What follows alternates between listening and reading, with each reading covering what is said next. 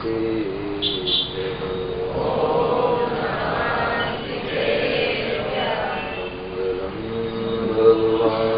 वीरो मंगलम गौतमोदरी मंगलम कुंद कुंदार्यो जयमंगलोस्तु मंगलम सर्वमंगल मांगल्यम सर्वकल्याणकारकम् शरणं सर्वधर्माणां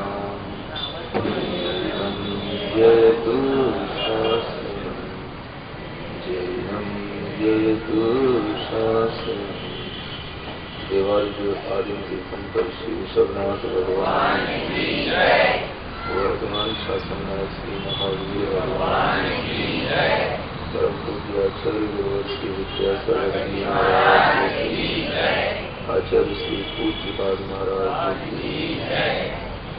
येनात्मानबोध्यतात्मैव परत्वेनैव चापरम् अक्षयानन्तबोधाय तस्मै सिद्धात्मने नमः। जयन्ति यस्या वदतोऽपि भारती विभूतिरस्तीर्थकृतोऽप्यनीतुः शिवाय धात्रे सुगताय विष्णवे जिनाय तस्मै सकलात्मने नमः। आचार्य पूज्यपाद महाराज द्वारा विरचित यह समाधि तंत्र ग्रंथ जिसके माध्यम से आप लोग आत्म तत्व को और उसके अंदर उठने वाले विकल्पों को पहचान रहे हैं, समझ रहे हैं।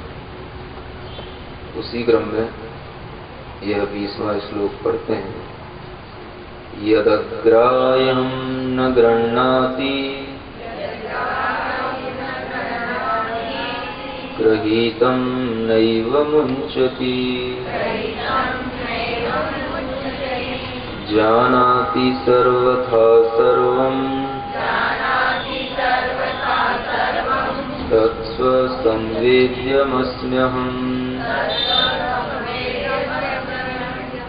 चैतन्य को पर कभी तजता नहीं है, अग्राह्य को ग्रहण भी करता नहीं है। जो जानता निखिल को निज ज्ञान से ही, विज्ञान पूर्ण वह चेतन जीव में ही। आचार्य कहते हैं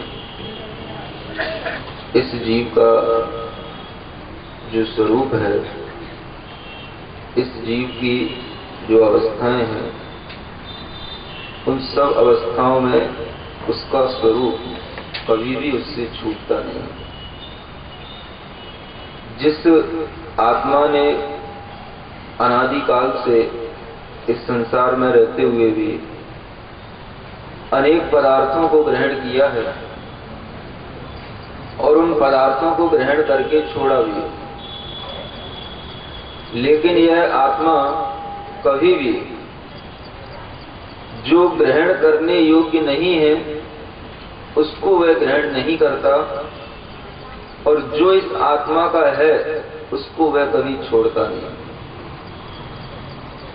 क्या ग्रहण करने योग्य है और क्या ग्रहण करने योग्य नहीं है, यह आत्मा के लिए जब जानने में आ जाता है तो यह भी जानने में आ जाता है कि वह आत्मा अनादिकाल से सब कुछ ग्रहण करने के बाद भी उस एक भी पदार्थ को ग्रहण नहीं करता जो उसका नहीं। आपने अभी तक जितने भी संयोगज पदार्थ हैं उन सभी का ग्रहण किया है, और उन संयोगज पदार्थों में ऐसे भी पदार्थ हैं जो अपने शरीर से दूर होते हैं, अपने शरीर से भिन्न होते हैं और उन्हें हम भिन्न के रूप में ही जानते हैं। उन पदार्थों में जो भी अपने परिवारजन होते हैं वह सब पदार्थ भी अपने से भिन्न पदार्थ हैं और उनको भी हम अपना मान करके ग्रहण करते हैं।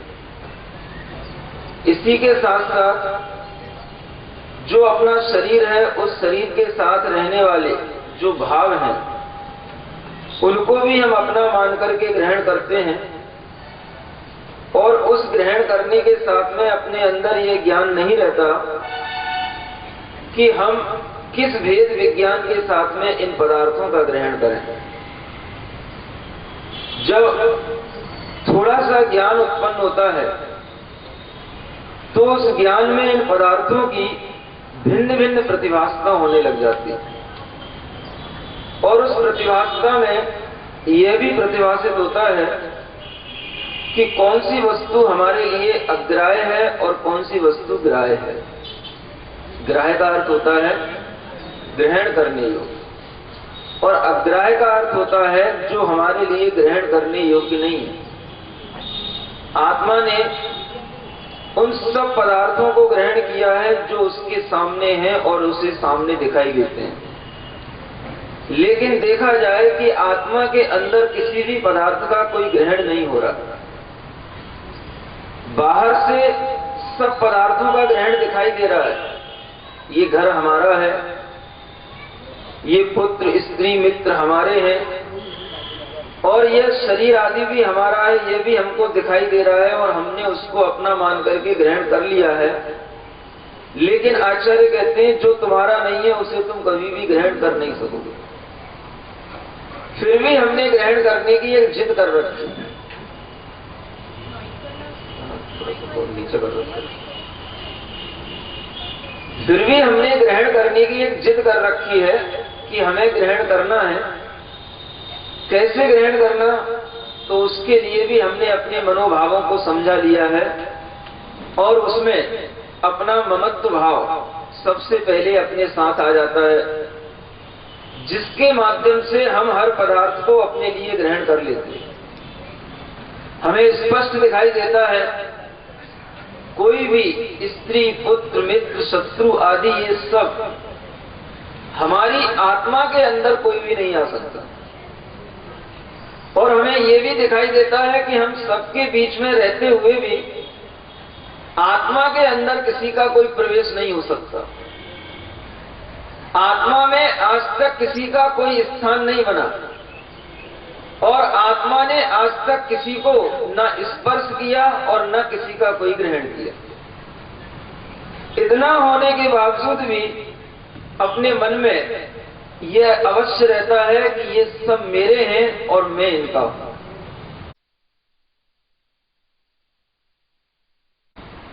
और जिसको तुमने ग्रहण करने का भाव किया है वो तुम्हारा कभी हो नहीं सकता। इस भेद विज्ञान को पहले समझ लो और इस अवधारणा को जब हम समझ लेंगे तो हमारे अंदर अपने आप ये आने लगेगा कि जो हमसे छूट रहा है वो हमारा था नहीं और जो हमारे पास में है वो हमसे कभी छूट सकता नहीं। क्या कहा? जो हमसे छूट रहा है वो हमारा था नहीं और जो हमारे पास है वो हमसे कभी छूट सकता नहीं। इतना विश्वास आपको बनाना होगा और इस विश्वास के साथ ही जब चलोगे तभी आपकी आत्मा की अंतरंग की यात्रा प्रारंभ होगी। क्या विश्वास बनाना है? जो हमारे पास में है, जो हमारा है, वो हमसे कभी छूट नहीं सकता और जो हमारा नहीं है, जो हमसे भिन्न है, वो कभी हमारा हो नहीं सकता। इतना विश्वास बनेगा। जब ये विश्वास बनेगा तो उस समय पर हम अपनी आत्मा के निकट होंगे और हमें अपने आप ये अनुभव होगा कि हमने जिन जिन चीजों को अपना मान रखा है वह वस्तुतः केवल हमने माना है और हमें उनको अपना मानने के बाद में भी केवल उनको जानना चाहिए था, लेकिन हमने उनको अपना मान लिया है। एक छोटी सी गलती हो गई है, कोई बहुत बड़ी गलती नहीं है। अगर आप इसको सुधार लोगे तो आज से ही आप अंतरात्मा बन जाओगे और आपके अंदर अपने आप सब चीजों का अलग अलग प्रतिभासन होने लगेगा। वह केवल इतना ही बात है कि आपने उसको मान लिया है, उस मानने को छोड़ करके आपको क्या करना है, जानना है। मानने में और जानने में कुछ थोड़ा सा अंतर होता है। क्या अंतर होता है? मानने में हमारे अंदर एक गहराई रूप में गहरी भावनाओं के साथ में वो चीज जुड़ जाती है, और जानने में हम केवल उसको जानते हैं कि हां ये ऐसा है। अपनी पत्नी को पत्नी मानना और अपनी पत्नी को पत्नी जानना कुछ अंतर है। अपने बेटे को बेटा मानना और अपने बेटे को बेटा जानना, अपने घर को अपना घर मानना और अपने घर को ये मेरा घर है इतना जानना, कुछ अंतर आपको लग रहा है? अगर लग रहा हो तो उसका मतलब है कि आपके दिमाग में कुछ स्पंदन हो रहा है, आपका दिमाग कहीं ना कहीं कुछ चीज को एक्सेप्ट कर रहा है और आपके अंदर कुछ ना कुछ वह ग्रहणशीलता का तत्व जागृत हो रहा है। और अगर वह नहीं समझ में आ रहा है तो इसका मतलब है कि आप समझने का प्रयास कर रहे हैं, और आपको जोर डाल करके थोड़ा सा समझने का प्रयास करना है कि मानने और जानने में क्या अंतर होता है। मानने में हमारा मन उससे जुड़ जाता है और जानने में हमारी केवल इंद्रियां उससे जुड़ती हैं। थोड़ा सा उसको और हम सरल कर रहे हैं। और अगर आपको समझना है तो आप समझ सकते हैं कि मानने में हम उसको मन से मानते हैं और जानने में हम उसको केवल ऊपर ऊपर से जानते हैं। हमारे पास में दो चीजें मुख्य हैं। शरीर में इंद्रियां भी हैं और शरीर में मन भी है। मन के माध्यम से हमारी मान्यता बनती है और इंद्रियों के माध्यम से हमें केवल जानना होता है, ज्ञान होता है। हमारा घर है, हमारे मित्र हैं, हमारा परिवार है, इसको जानने में कोई अपराध नहीं है। और अगर आपको ज्ञानी बनना है तो आप देखोगे कि जानने वाला ही ज्ञानी कहलाता है, क्योंकि ज्ञान का संबंध किससे है? जानने से। आप अगर जानने की प्रक्रिया में रहोगे तो आप ज्ञानी बनते चले जाओगे, और अगर आप उसको अपना मानने की प्रक्रिया में रहोगे तो आप मोही बनते चले जाओगे, अभिमानी बनते चले जाओगे। मानने में और जानने में जो अंतर है वो इस ढंग से है कि आपने किसी भी चीज को देखा, आपने किसी भी चीज को सूंघा, आपने किसी भी चीज को सुना, और सुनकर के अगर उसमें अपना मन नहीं लगाया तो वह आपका केवल जानना रहा, और अगर उसमें आपने अपना मन लगा दिया तो वह आपका मानना हो गया। नहीं समझ में आया? धीरे धीरे दिमाग के तंतु खुलेंगे। जब आपके सामने कोई भी पदार्थ आया, मान लो आपके लिए कोई अच्छा व्यंजन आया, आपने उसको खाने की इच्छा की, खा लेना कोई बुरी बात नहीं है, क्योंकि हर अच्छे पदार्थ अच्छे लोगों के लिए खाने के लिए ही होते हैं। और उस खाने के साथ में दोनों चीजें आप कर सकते हो। कैसे कर सकते हो? आप उस पदार्थ को अपने मुंह में रखने के साथ में, उसका स्वाद लेने के साथ में एक प्रक्रिया अपनाओ कि हमें इस पदार्थ का स्वाद तो लेना है, ले लेंगे, लेकिन उसको हम केवल जीभ से ही चाखेंगे, मन से नहीं चाखेंगे। सुन रहे हो? आप कहोगे महाराज आप तो हर चीज को बड़ा क्लिष्ट बनाते चले जा रहे हो, हमारा खाना पीना भी आप बड़ा कठिन बनाते चले जा रहे हो। खाना पीना कठिन नहीं बनाना है, अपने को उस खाने पीने के प्रति भी जागृति रखना। अगर हमने कोई भी वस्तु का ग्रहण किया है और उसके साथ में वो केवल इंद्री के विषयों के बारे में सोचना। नहीं तो आप कहो महाराज हम ये आपका प्रवचन भी केवल कानों से ही सुन रहे हैं, मन से नहीं सुनेंगे। वह इंद्री के विषय जो हमें मोहित करते हैं, उनसे मोह को अगर हमें कम करना है और उनसे अपने मोह को हटाना है, तो उसके लिए एक भेद विज्ञान कि हम हर चीज को ग्रहण करें। जिह्वा से रस को चाखा जाता है, रस जिह्वा पे आएगा तो उसका स्वाद आएगा। कानों से शब्द सुना जाता है, शब्द कानों में आएंगे तो उसका अर्थ भी कानों में आएगा। रूप आंखों से देखने में आता है, सामने रूप आएगा तो वो देखने में आएगा। लेकिन उसके साथ भी एक सावधानी रखी जा सकती है, और उस सावधानी में आपको क्या रखना है? अपने मन को उस पदार्थ के साथ में इंद्रियों के माध्यम से जोड़ना नहीं है। वह केवल इंद्री का ही विषय बनकर के रह जाए और वह मन से न जुड़े, तो भी आप इस संसार में रहते हुए इस संसार से ऊपर उठ जाओगे और संसार से तिर जाओगे। कैसे हो सकता है वो? आपने कोई भी अच्छा पदार्थ खा लिया और खाने के बाद में आपको ये भी लग गया कि ये मीठा है, नमकीन है, चटपटा है, अच्छी बात है। अब उसमें जो आपने मन लगा दिया, उस मन को थोड़ा सा लगाना कम करो। खट्टा, मीठा, चटपटा ये तो केवल आपके जिह्वा के स्वाद तक रहा, लेकिन उसमें जो आपने मन लगा दिया, मन कैसे लगा दिया? जब आपने अपने मन में उसका विचार कर लिया गहराई के साथ, ये पदार्थ बहुत अच्छा बना, आज बहुत अच्छा लगा, आज बहुत स्वाद आया, ये क्या हो गया? ये आपका उसमें जरूरत से ज्यादा मन लग गया। समझ में आया? इतनी मन लगाने की उसमें जरूरत नहीं थी, लेकिन आपने उसमें लगा दिया। क्योंकि वह मन किस कारण से लग गया? भीतर से मोह का ऐसा फोर्स चलता है, भीतर से मोह का मन के ऊपर ऐसा दबाव रहता है कि मन उस पदार्थ को ग्रहण बड़े गहराई के साथ में करता है और उसी में उसको आनंद आता है, और वह चाहता है कि वह उसमें डूब जाए, लेकिन वह बहुत देर तक डूब नहीं सकता। आपके लिए कोई भी चीज ग्रहण करने में आई, उसका आनंद तो आपको केवल एक क्षण रहेगा।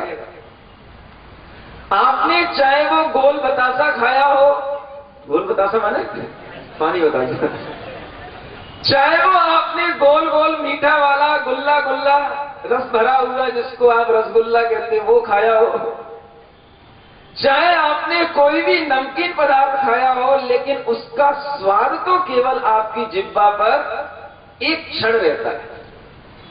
वह क्षण भी इतना छोटा होता है कि अगर आप उस क्षण को भी पहचानने में अपना मन लगा दो, तो भी आप उस पदार्थ की आसक्ति से बच सकते हो। आप ये सोचने में मन लगा दो कि हमने जो पदार्थ खाया उसका स्वाद किस क्षण आया और किस क्षण वो स्वाद आने के बाद चला गया। आप देखोगे कि जैसे ही वो पदार्थ आपकी उस जिह्वा से गले के नीचे उतर जाता है, उसका स्वाद का अस्तित्व समाप्त हो जाता है।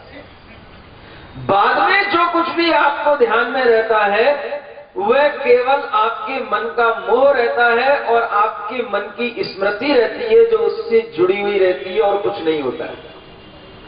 क्या आया समझ में?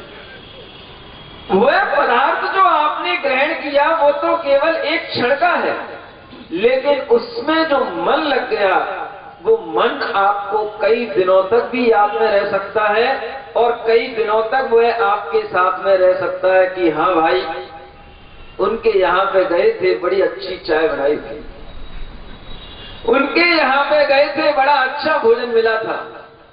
वह आपके दिमाग में जो रहेगा वही आपके मन का मोह है, और अगर आपने उसको उस रूप में ग्रहण नहीं किया, तो आप इन इंद्रियों के बाजार में रहकर के भी, इन इंद्रियों के बीच में रहकर के भी उस अतीन्द्रिय आत्मा की यात्रा कर जाओगे।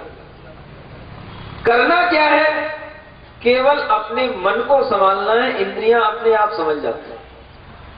और मन को संभालने के लिए केवल इतना सा भाव करना है कि मन तो हमें दिखाई देता नहीं, और मन को कुछ भी देते रहो उस पर कोई फर्क पड़ता नहीं। मन की स्थिति उस पारे की तरह है। पारा जानते हो?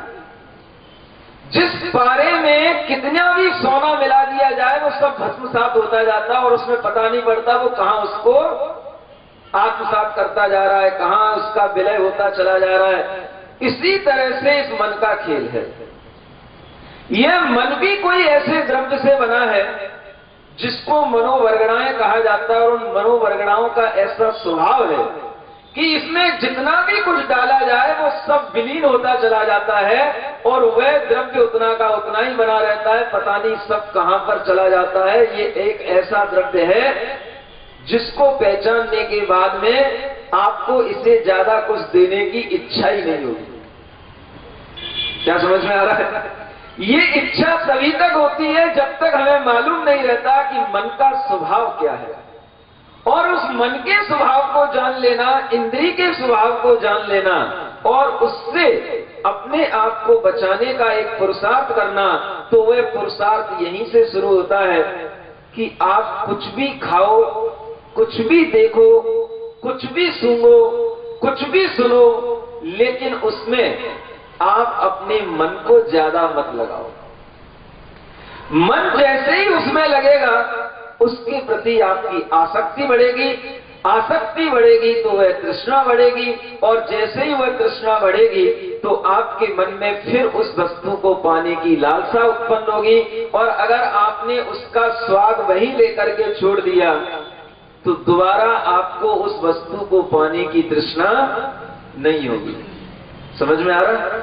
इसलिए बताया जा रहा है कि हमने अपनी आत्मा के माध्यम से इस शरीर को माध्यम बनाकर के इस आत्मा ने हर उस चीज का ग्रहण कर लिया जो हो सकता था, लेकिन ना तो कुछ आत्मा में संचित दिखाई देगा और ना कुछ मन में संचित दिखाई देगा। दुनिया के बाजार में सब कुछ पाने के बाद भी ना हमारी आत्मा में कुछ है ना हमारे मन में कुछ है। अभी आप बैठे हो, आप करोड़ों के मालिक हो, आपके पास में ढेर सारा परिग्रह है, आपके पास में बहुत सारी वस्तुएं हैं, लेकिन वो कब तक हैं? जब तक आपने अपनी मान्यता में ये मान रखा है कि मैं करोड़पति हूं, मैं बहुत बड़े फर्म का मालिक हूं, तभी तक आपके लिए वह सब चीज है। और अगर आपके दिमाग में केवल वह ज्ञान रह जाए कि ये तो मैं मालिक नहीं हूं, मैं केवल इसका संचालन कर रहा हूं, मुझे इसके अंदर कभी भी घुसना नहीं हो सकता और बाहरी कोई भी चीज मेरे अंदर आ नहीं सकती, मैंने केवल इसको अपना मान लिया है। और उस मान्यता को हटा करके यदि हम केवल उसकी जानकारी भर रखें, हमारे पास में इतने करोड़ हैं, हमें ये फर्म चलानी पड़ रही है, हम 2-4 घरों के मालिक हैं, हमारा ये परिवार है, बस हम इतना जान रहे हैं। अगर आप उसको जानोगे तो जानने में मोह कम होगा, आसक्ति कम होगी, तृष्णा कम होगी। और अगर आप अपनी मान्यता में उसको बिठाते चले जाओगे तो आपकी आसक्ति बढ़ेगी, तृष्णा बढ़ेगी, और वह तृष्णा यहां तक बढ़ेगी कि आपके लिए जो कहा जा रहा है तत्स्व संवेद्यम मस्म्यहम, क्या कह रहे हैं आचार्य? देखो, अंत में एक श्लोक के 4 चरण होते हैं, लेकिन वह चौथे चरण में एक ऐसी बात जरूर कही जाती है जो हमारी आत्मा के लिए होती है और आत्मा को छूने वाली होती है। कल भी आपके लिए बताया था, यद हम निर्विकल्प, ये अंतिम सूत्र, तत्स्व संवेद्यमस्म्यहम, ये अंतिम सूत्र। ये क्या है? यही केवल अपनी आत्मा है और यही केवल अपने लिए काम का है। बाकी का जो भी विस्तार है उस विस्तार को हमारी समझ में चाहे आए या ना आए, लेकिन हमें ये समझना है कि मैं क्या हूं। तो आचार्य कहते हैं तुम अपना थोड़ा सा ऐसा संवेदन करो जिस संवेदन में हमें ये समझ में आए कि मैं केवल मैं हूं, स्व संवेद्य जो है बस वह मैं हूं, जो अपने आप में मुझे अभी महसूस हो रहा है। वस्तुतः देखा जाए, आप अभी जो महसूस कर रहे हैं बस आप केवल उतने ही हैं, और जब आप यहां से उठकर के जो महसूस करते हैं वो आपके लिए ऊपर का ओढ़ा हुआ होता है। वह आपका स्व संवेदन नहीं होता, उसमें पर संवेदन अधिक होता है। और स्व संवेदन में क्या, जैसे आपको अभी लग रहा है मेरे पास में कुछ है ही नहीं, मैं बिल्कुल खाली बैठा हूं, मैं कुछ हूं ही नहीं, मैं बिल्कुल सामान्य हो गया हूं, यहां पर लोग मुझे कुछ जान ही नहीं रहे हैं कि मैं प्रोफेसर हूं, कि मैं डॉक्टर हूं, कि मैं बहुत बड़ा बिजनेसमैन हूं, मैं बहुत करोड़पति हूं, लोग मुझे कुछ नहीं जान रहे, मैं एक सामान्य के रूप में बैठा हूं। ये जो आपको फीलिंग हो रही है, यही फीलिंग आपकी अपनी है और यही आपका अपना स्व संवेदन है। इसी को स्व तत्व कहा जाता है। इस फीलिंग को हम बढ़ाएंगे तो अपने आप पर पदार्थों से हमारा मोह छूटता है, और उस मोह के छूटने के साथ में हमारी उससे आसक्ति छूटती है, और आसक्ति कम होने से ही तृष्णा कम होने लग जाती है। लेकिन हम उस स्व संवेदन को ज्यादा देर तक रख नहीं पाते हैं। हमारा इंद्रियों के विषयों में आसक्ति इतनी अधिक हो जाती है कि हम हमेशा यही ध्यान रखते हैं, हमने कल क्या देखा, हमने कल क्या खाया, हमने कल क्या सूंघा, हमने कल क्या आनंद लिया, और हम उस कल की स्मृति को आज भी अपने मन में जो बना करके रखते हैं उससे अपनी तृष्णा बढ़ाते हैं। और तृष्णा बढ़ाने में भी हमें आनंद आने लग जाता है। आनंद किसमें आता है? तृष्णा में नहीं आता। उस स्मृति से जब हम अपनी तृष्णा बढ़ाते हैं तो उस तृष्णा बढ़ाने में भी हमें आनंद आता है, और वह जो आनंद हमारे अंदर आता है वही हमारा एक बहुत बड़ा भ्रम होता है। और उस भ्रम को जीतना, उस भ्रम को भ्रम समझना, यही हमारा सबसे बड़ा ज्ञान होता है। हमें वही चीजें अच्छी लगती हैं जो हमारे लिए नुकसान करती हैं, और हम उन्हीं चीजों को ग्रहण करने में आनंद मानते हैं जिनसे हमें परेशानी होती है। आप देखना, आपको जो अच्छा लगता है वही आपके लिए बाद में कहीं ना कहीं परेशानी का कारण बनता है, लेकिन मन उसी को ग्रहण करने में लगता है और ये लगता है कि हम इसी को ग्रहण कर लें। यही हमारा जो सबसे बड़ा भ्रम है। उस भ्रम को तोड़ने के लिए अध्यात्म में आचार्य कहते हैं कि इस आदमी को अनेक प्रकार की भ्रांतियां हो रही हैं, और उन भ्रांतियों को बताने के लिए एक उदाहरण दिया जा रहा है। उत्पन्न पुरुष भ्रांते स्थाणौ यदवद विचेष्टितम तदवन में चेष्टितम पूर्वम देहादिश्वात्म विभ्रमात्। क्या कहते हैं? स्वामी सुदूर स्थित नीरस वृक्ष में ओ, जैसा सदा पुरुष का अनुमान जो हो, मिथ्यात्व के उदय से जड़ देह को ही आत्मा पूरा भ्रमित हो समझा प्रमोही। ये एक भ्रांति के लिए उदाहरण दिया गया है। जैसे कहीं पर ठूंठ खड़ा हो, ठूंठ जानते हो? जैसे कभी आपने ठूंठ नहीं भी देखा हो तो कभी कोई ठूंठ का मतलब होता है आधा कटा हुआ वृक्ष समझ लो, जिसमें कोई शाखाएं उपशाखाएं ना हो, और उस वृक्ष को दूर से कहीं एक सूखे हुए उस ठूंठ को देख करके आपको ऐसा लगे कि ये सामने वृक्ष नहीं है, ये क्या है? आदमी खड़ा है। और उसे देख करके आपकी चेष्टाएं कैसी होंगी? ये आदमी खड़ा है तो इससे बच के निकलना, ये आदमी खड़ा है तो ये हमें देख ना ले, ऐसी जिस प्रकार से आपके अंदर चेष्टाएं हो जाती हैं, किसके कारण से? उस भ्रम के कारण से। तो वह भ्रम जब तक बना रहता है तब तक हमारी चेष्टाएं ऐसी बनी रहती हैं कि हम इंद्रियों के साथ में उस मन को जोड़ करके चलते हैं, और जिस पदार्थ से हमें दुख मिलता है हम उसी को सुख मान करके चलते हैं। आपको मिर्ची खाना अच्छी लगती होगी? लगती नहीं? क्योंकि मिर्ची खाने में ही आनंद आता है। जब हम चटपटा खाएंगे तो हमें उसमें मिर्ची आनी चाहिए, और मिर्ची खाते समय आपको अच्छा भी लगता है और आपकी आंखों में आंसू भी आते हैं। क्या समझ में आ रहा है? नाक भी अगर चलने लग जाए तो कोई बड़ी बात नहीं है। इतना होने के बावजूद भी हमें मिर्ची खाना तो अच्छा लगता ही है। देखो, यह एक स्वाद, और उस स्वाद के साथ में आसक्ति, और उस आसक्ति के साथ में होने वाली परेशानियां। अगर आपके लिए मिर्ची अच्छी है, आपने उसको अनुपात में डाला है, बहुत ना के बराबर डाला है, तो आपके लिए फिर भी कहा जा सकता है कि आप अपने ज्ञान का प्रयोग कर रहे हैं। और आपको लगा कि नहीं भाई, थोड़ी सी तेज होनी चाहिए। ये तेज क्या हो गई? यही अपनी तृष्णा हो गई। और उसी तेज में आपको तब तक वह तेजी चाहिए जब तक कि आपका मुंह झंझना नहीं जाए। क्या समझ में आया? चटपटाहट भी लगनी चाहिए, तेजी भी आनी चाहिए, और वो तेजी इतनी भी लग जाए, अरे भाई बहुत तेज हो गई, बहुत तेज हो गई, थोड़ा सा पानी लाओ, थोड़ा सा मीठा लाओ। जब इतनी तेजी हो जाती है तब आपको लगता है कि हां, अब मिर्ची का कोई स्वाद आया।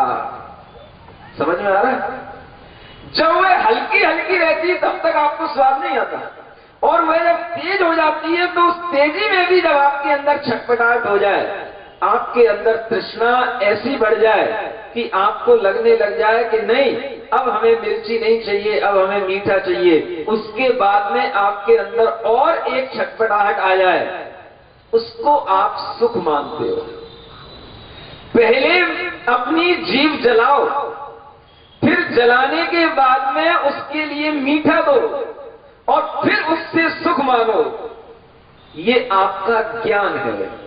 सुन रहे हो? अभी हम इसे अज्ञान नहीं कह रहे, ये आपका ज्ञान है। इस ज्ञान में हमारी अज्ञानता क्या है कि ये तो एक ऐसी बात हुई कि पहले हम खुद अपने लिए पीड़ा पैदा करें, और पीड़ा पैदा करने के बाद में हम फिर उसकी दवाई ढूंढें। समझ में आ रहा है? हमारे लिए पहले तो अपने अंदर रोग पैदा करें, और फिर रोग पैदा करने के बाद में हम उसकी दवाई ढूंढने के लिए उपयोग करें, और जब दवाई खा लें तो फिर हम सोच लें हां, अब हम ठीक हो गए। माने रोग भी बढ़ता जाए और दवाई भी मिलती जाए। इसका नाम आपके इंद्री का सुख है। समझ में आ रहा है? धीरे धीरे आएगा। हमें उसी में सुख लगता है जिसमें अंत में भी दुख होता है, प्रारंभ में भी कष्ट होता है, लेकिन हम उसमें सुख की कल्पना इतनी गहराई तक किए हुए रहते हैं कि दुख देने के बाद में हम उसके ऊपर एक थोड़ी सी ऑइंटमेंट लगा लेते हैं, उससे हमें जो सुख का एहसास होता है, बस हम उसको सुख मान रहे हैं। पहले अपने हाथ में घाव करो, और घाव करने के बाद में फिर वह मूव लगाओ, जेली लेकर के आओ, वो जो बिल्कुल फास्ट रिलीफ होती है उसको लगाओ। समझ में आ रहा? अगर घाव होगा तो उस पर अगर आप फास्ट रिलीफ लगाओगे आपको बड़ा अच्छा लगेगा, और एकदम लगेगा हां बिल्कुल फास्ट रिलीफ हो गया। वह रिलीफ आपको कब लगेगा? जब उसमें घाव होगा, और उस घाव में वह सेंसेशन होने के कारण से आपको ऐसा महसूस होता है कि हमें रिलीफ हो रहा है। वस्तुतः वो रिलीफ नहीं है, वह एक दूसरे तरह की जलन है, और वह एक अलग तरह की जलन थी जो हमने उस घाव से बना ली। समझ में आ रहा है? ज्ञानी को दोनों प्रकार की जलन का एहसास होता है। वह घाव की जलन भी जानता है, और जो उसके ऊपर ऑइंटमेंट लगाई जा रही है उसकी जलन को भी जानता है। आप देखोगे हर उस पदार्थ में भी जलन होती है जिस पदार्थ को आप उसके उपचार के रूप में लगाते हो, चाहे वो बाम हो और चाहे वो फास्ट रिलीफ हो, अगर वह बाम भी आप अपने लिए किसी दर्द के स्थान पर लगाते हो, आपने उसको अगर कहीं तेज बाम लगा ली या उसको ज्यादा घिस दिया तो वह वहीं पर और दूसरा घाव कर देगी और जल जाएगा, और उस समय पर आपको पता नहीं पड़ेगा, ये आपको बाद में पता पड़ेगा। उस समय क्यों नहीं पता पड़ेगा? क्योंकि उस समय पर आपके अंदर दूसरी पीड़ा थी, और उस पीड़ा के इलाज के लिए जो आप उसके ऊपर बाम मल रहे थे वह आपके भीतर तक इसलिए नहीं पहुंच पा रही थी क्योंकि उसके बीच में दूसरी पीड़ा आ गई, दूसरा घाव आ गया। और जब वह अपना असर दिखाती है तो उस समय पर आपको मालूम पड़ता है, अरे यहां पर तो ये चमड़ी और जल गई, और ये बाम के कारण से जल गई, ये स्क्रीन के कारण से जल गई। यही हमारी इंद्रियों का सुख है, और हमें जिस किसी भी पदार्थ में सुख की कल्पना होती है वह इसी ढंग से होती है। पहले हम खूब दुख बढ़ा लेते हैं, मिर्ची खाओ अच्छे से, खूब सी सी सी सी सी सी करने लग जाओ, और उसके बाद में जब कोई थोड़ा सा मीठा खिला दे तो जो रिलीफ मिलता है तब लगता है हाँ ये अपने को अब सुख मिला। जब तक आपके लिए थोड़ी सी मिर्ची दी जाए, आपकी आंखों में पानी ना आए, आपके नाक में पानी ना आए, तब तक तो आपको लगता ही नहीं है कि वो मिर्ची है।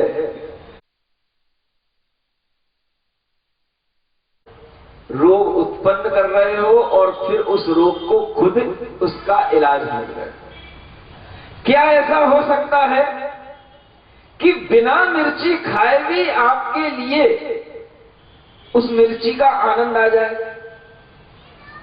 थोड़ी सी ज्ञान की बात और बढ़ाता हूं आगे से।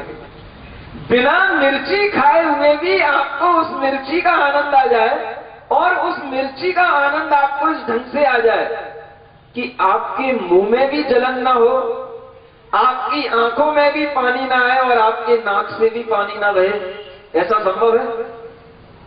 आप लोग तो रोजाना बहुत कुछ खाते रहते हो, पीते रहते हो, कुछ अपने अनुभव भी तो बताया करो। क्या ऐसा संभव है? और अगर ये संभव है तो आप मान के चलना, आप अपनी तृष्णा को कम कर रहे हैं, और आपके लिए वह विषय का स्वाद भी आ रहा है और उसके साथ में आपकी तृष्णा भी कम हो रही है, और आप उस वस्तु का सही आनंद ले रहे हैं। किसमें? जब आप उसका अनुपात से सेवन करेंगे तो आप उसका सही आनंद ले पाएंगे, और जब आप उसका अनुपात से ज्यादा सेवन करते हैं तो उसमें आपके लिए तृष्णा ज्यादा बढ़ जाती है, दुख ज्यादा बढ़ जाता है, और हमारे अंदर ये भ्रांति रहती है कि हमें इस वस्तु से सुख मिल रहा है, वस्तुतः वह वस्तु हमारे लिए दुख को देने वाली होती है। आप अपने जीवन में जो भी प्रयोग करते हैं उनमें अपने मन में इस ढंग से बुद्धि का प्रयोग करना शुरू करो कि हम ये देखें कि हमें कब पीड़ा होती है और कब हमें उसी पदार्थ में सुख मिलता है। और ये भेद विज्ञान अगर आप स्वयं में करने लग जाओगे तो आप स्वयं बिना किसी गुरु के ज्ञानी बन जाओगे। आपके लिए किसी गुरु को भी बनाना जरूरी नहीं होगा, और आपको अपने आप में अपने अंदर से ज्ञान प्राप्त होने लग जाएगा। करके देखो। लेकिन आप ऐसा इसलिए नहीं कर पाते क्योंकि आपके मन का मोह उस परिस्थिति में आपको वह ज्ञान करने नहीं देता। जिस समय जो आ जाए उस समय तो आप ये भूल ही जाते हो कि हमें कितना खाना, क्या खाना, कब खाना, और इस भूलने का नाम ही है वो सामने रखी हुई चीज के प्रति आपका मोह। जैसे ही आपके सामने कोई भी आपके मन का इच्छित पदार्थ, इष्ट पदार्थ आ जाता है तो आप उसके सेवन करने में लग जाते हो, और ये भी सोच लेते हो अब जो कुछ होगा बाद में देखा जाएगा, अभी तो कर लो। बस इसी अज्ञानता को अगर आप थोड़ा सा जीत लोगे तो आप इंद्रियों से हट करके अपने मन की स्वस्थता तक आ जाओगे, और आपके अंदर वह अंतरात्मपन आ जाएगा जिसकी यहां पर चर्चा की जा रही है। देहादिषु आत्म विभ्रमात्। इन देह आदि पदार्थों में आत्मा का विभ्रम, भ्रम इल्यूजन इतना बढ़ गया है कि उसके कारण से हमें वह भ्रम भी भ्रम नहीं दिखाई देता। हमने उस ठूठ को ही पुरुष मान रखा और हम उसके सामने होने पर जैसी चेष्टाएं करनी चाहिए वैसे हम करते चले जा रहे हैं और हम कर रहे हैं। हम ये जानना ही नहीं चाह रहे हैं कि वो सामने खड़ा हुआ ठूठ है, वह आदमी नहीं है, उससे तुम्हें डरने की कोई जरूरत नहीं है। तुम्हें यहाँ पर निडर बनाने की ओर ले जाया जा रहा है, लेकिन तुम निडर बनना ही नहीं चाहते। निडर वही बनेगा जो इस प्रकार से समझ लेगा कि इन पदार्थों में सुख नहीं है और सुख की जो हमने कल्पना कर रखी है यह हमारा भ्रम है, अज्ञान है। और जब हम इस प्रकार से विचार करने लग जाते हैं तो हमारे अंदर अपने आप एक निडरता आती है और उस निडरता में फिर हम ये नहीं सोचते कि कोई क्या कहेगा। अगर आपको ये मालूम है कि हमें किस पदार्थ को कब खाना चाहिए और उस पदार्थ को खाने से हमें क्या होता है, कितनी मात्रा में खाना चाहिए, तो ये आपका ज्ञान ही आपके लिए सम्यक ज्ञान बन जाएगा। और अगर आपको ये नहीं मालूम है तो आप अपने लिए ऐसा भ्रम उत्पन्न करते चले जाओगे कि आप रातों में भी खाते रहोगे, दिन भर खाते रहोगे, लेकिन आपके लिए कभी ये नहीं लगेगा कि ये खाना पीना ही हमारे लिए दुख का कारण बन रहा है। आज आदमी को सबसे ज्यादा परेशानी अपने शरीर से, और शरीर में भी वह परेशानी उसके रोगों के कारण से है, और रोगों का भी सबसे बड़ा कारण है उसका अनलिमिटेड खाना पीना। बुरा नहीं मानना, क्योंकि खाने पीने वाली समाज है, सबसे ज्यादा सुना जाता है। अब जैन लोग ही सबसे ज्यादा बीमार पड़ रहे हैं, समझ में आ रहा है? सबसे ज्यादा अब जैन लोगों के घुटनों में ही दर्द हो रहा है। सबसे ज्यादा अब वो कौन सा मधुमेह का रोग, डायबिटीज, वह भी सबसे ज्यादा जैन लोगों को हो रहा है। क्यों हो रहा है?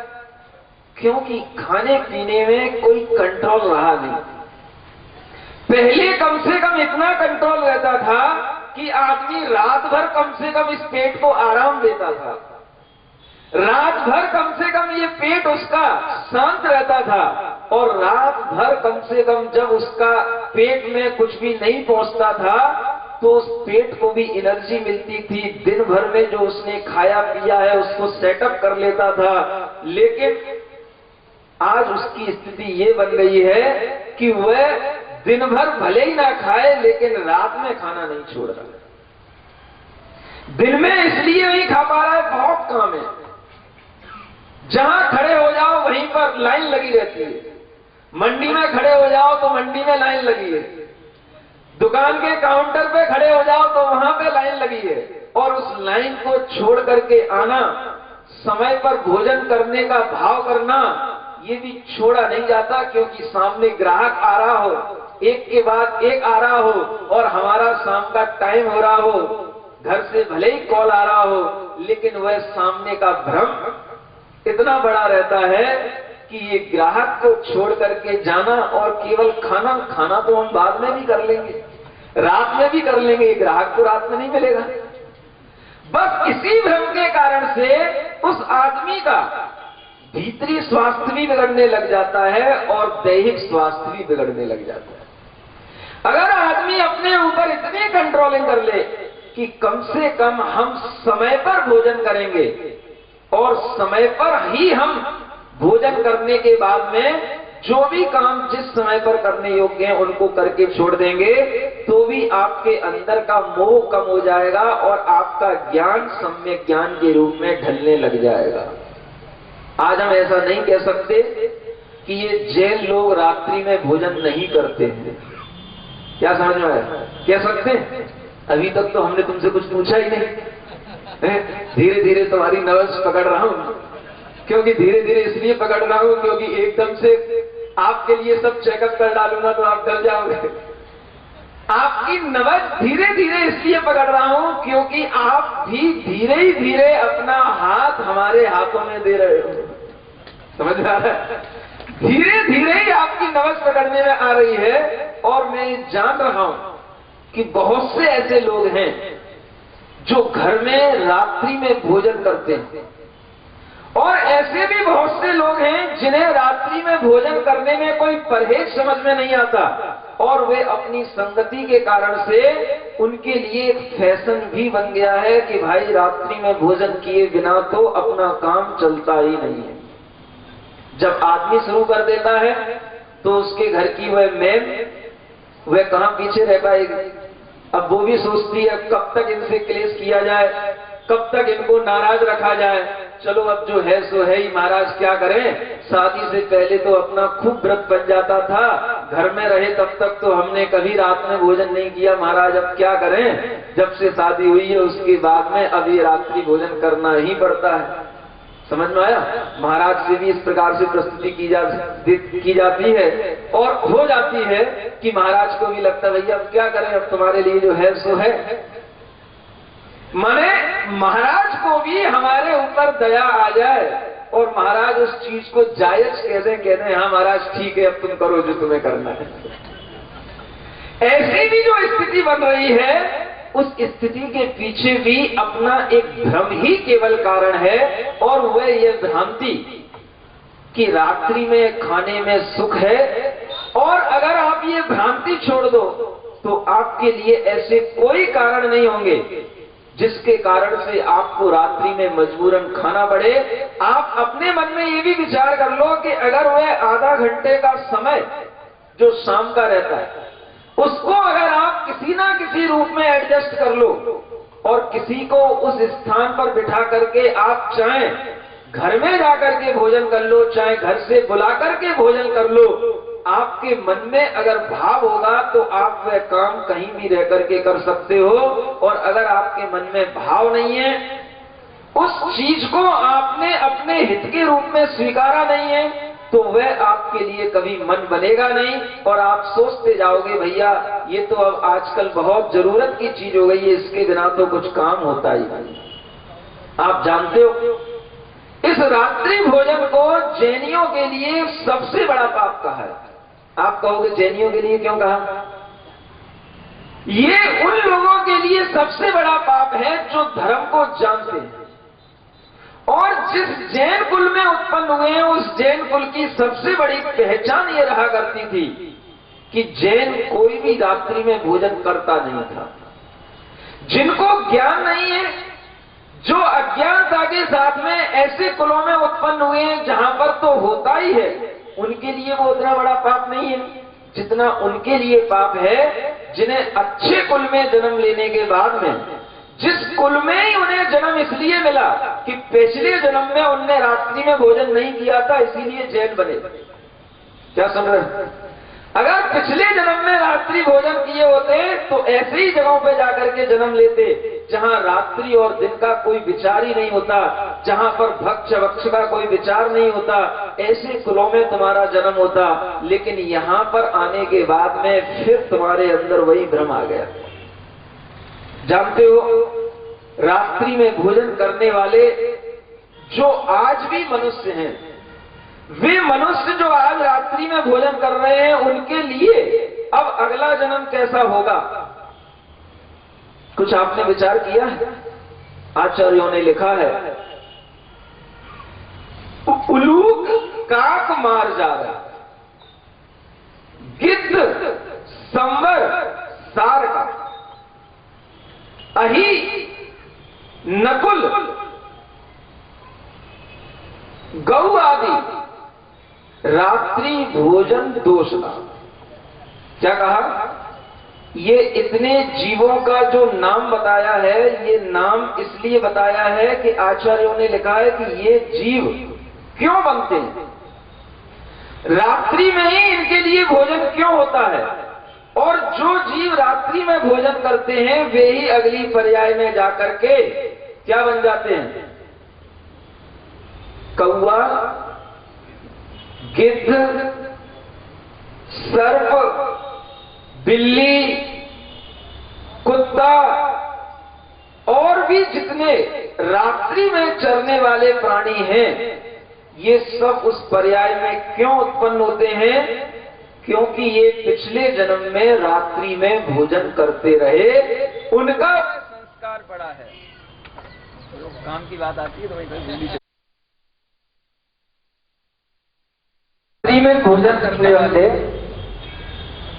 वह जीवों के नाम आचार्यों ने बताए हैं, जिनमें जो रात्रि में भोजन करते हैं वे जीव ही बिच्छू, सांप, बिल्ली, कुत्ते इस प्रकार की पर्याय को प्राप्त होते हैं। और उस रात्रि भोजन के दोष के कारण से ही आपके शरीर में अनेक प्रकार के रोग उत्पन्न होते हैं। पहले के लोग कम से कम इतना तो करते थे कि जब चातुर्मास चलता था तो कम से कम चातुर्मास के समय पर, वर्षा योग के समय पर तो रात्रि में 4 महीने भोजन नहीं करेंगे, ऐसा नियम करके रखते। सुन रहे हो? अब तो बस चातुर्मास चलता है, वो चातुर्मास केवल महाराजों का होता है, श्रावक का नहीं होता। क्योंकि श्रावक किसी भी अपने जीवनचर्या में बदलाव नहीं लाता, और श्रावक के लिए कोई भी ऐसा भाव नहीं आता कि हमें भी इस चातुर्मास में कुछ करना है, हमारे लिए भी कोई नियम होने चाहिए। और वह नियम पहले श्रावक के भी हुआ करते थे, क्योंकि श्रावक अगर इस प्रकार से आराधना नहीं करेगा तो उसके लिए वर्षा योग की, चातुर्मास की कोई आराधना हो नहीं सकती। ये श्रावक को करने का नियम था, और उसी नियम में वह श्रावक इस रूप में रहता था कि देखो, वर्षा के दिनों में रात्रि में सबसे ज्यादा कीड़े होते हैं। ऐसे ऐसे श्रावक हुआ करते थे, वो तो काम चल रहा है। ऐसे ऐसे श्रावक हुआ करते थे जो रात्रि में घर में अग्नि नहीं जलाया करते, क्योंकि बरसात के दिनों में रात्रि में घर में अग्नि जलेगी, बहुत प्रकार की हिंसा होगी, जीवों की हिंसा होगी, और उस जीव हिंसा का पाप लगेगा। इस पाप से बचने के लिए वह दिन अस्त होने से पहले पहले तक अपना सब भोजन पान करके, अपने बर्तन आदि सब साफ करके वह बिल्कुल निश्चिंत होकर के बैठ जाते थे। रात्रि में हमें कोई भी काम नहीं करना है। ये पहले के जैनों की एक वृत्ति हुआ करती। सुन रहे हो? जैन तो आज भी हैं, लेकिन पहले के और आज के जैनों की फैशन में कितना अंतर आ गया है कि अब हमें वो पाप नहीं दिखता, वो पाप भी हमें आनंद देने वाला दिखता है। और उस पाप को करने के बाद भी हमें ऐसा लगता है हम अच्छा कर रहे हैं। और अगर कोई हमसे कहे कि आप गलत कर रहे हो तो हो सकता है कि हमें उस पर भी गुस्सा आ जाए। इतनी हमारी मानसिकता बिगड़ चुकी है, और उसी बिगड़ी हुई मानसिकता का ये परिणाम है कि आज जरूरत से ज्यादा आप लोग रोगी हो रहे हैं, और जरूरत से ज्यादा आपके अंदर पाप का संचय हो रहा है। पहले के लोग घर के अंदर रात्रि में अग्नि नहीं जलाते थे, रात्रि में भोजन न बनाते थे, न भोजन किसी के लिए कराते थे, और न स्वयं करते थे। आज भी आप लोग चाहो तो इस काम को कर सकते हो। आपके घर में अगर इस प्रकार का नियम बन जाए कि हम रात्रि में न भोजन करेंगे, न हम रात्रि में भोजन किसी को कराएंगे, तो भी वह आपके लिए बहुत बड़ी अहिंसा धर्म का पालन हो जाए। और अगर आप ये नियम बनाओगे तो आपके लिए सबसे ज्यादा फायदा ये रहेगा कि आपके घर में रहने वाले जो भी लोग हैं, बच्चे आदि, वह सब अपने आप रात्रि भोजन से बच जाएंगे, और उन्हें अलग से ये सिखाना नहीं पड़ेगा कि रात्रि भोजन में पाप होता है। ये आज ये चीज सिखाने की जरूरत पड़ रही है कि रात्रि भोजन में पाप होता है। आपके लिए ये सीखना है कि ये हमेशा से जैन धर्म के आचरण के निषिद्ध रूप में रहा, और ये जैन कुलाचार में था ही नहीं। हमने इसको अपने लिए स्वीकार कर लिया, लेकिन ये हमारे लिए सबसे बड़ा पाप है। और आप ये भी याद रखना कि जिस तरह से रात्रि में भोजन करना पाप होता है, उसी तरह से रात्रि में भोजन बनाना भी पाप होता है। और वह पाप यहाँ तक भी होता है कि अगर आप दिन में भी भोजन बनाते हैं तो वह भी भोजन आपका लाइट में नहीं बनना चाहिए। क्या कह रहे हैं? आवाज जा रही है? सुनाई पड़ रही? पीछे नहीं पड़ रही, थोड़ी थोड़ी सी आ रही है। वह भोजन जो आप बनाते हो वह भोजन रात्रि में जिस प्रकार से नहीं बनाते उसी प्रकार से विद्युत प्रकाश में, लाइट में भी भोजन नहीं बनना चाहिए, तब वह भोजन निर्दोष कहलाता है। और वह भोजन अगर आप दिन में भी लाइट में बना रहे हो तो आप ये मान के चलना कि आप उसमें भी वही दोष ला रहे हो जो दोष रात्रि में भोजन बनाने में होता है। अपने उन स्थानों को इस ढंग से अच्छा बना करके रखो जहां पर आपको भोजन बनाना होता है कि वहां पर सूर्य का प्रकाश आए, हवा आए, और उन्हीं स्थानों पर आप अगर भोजन बनाएंगे तो वह भोजन निर्दोष कहलाएगा।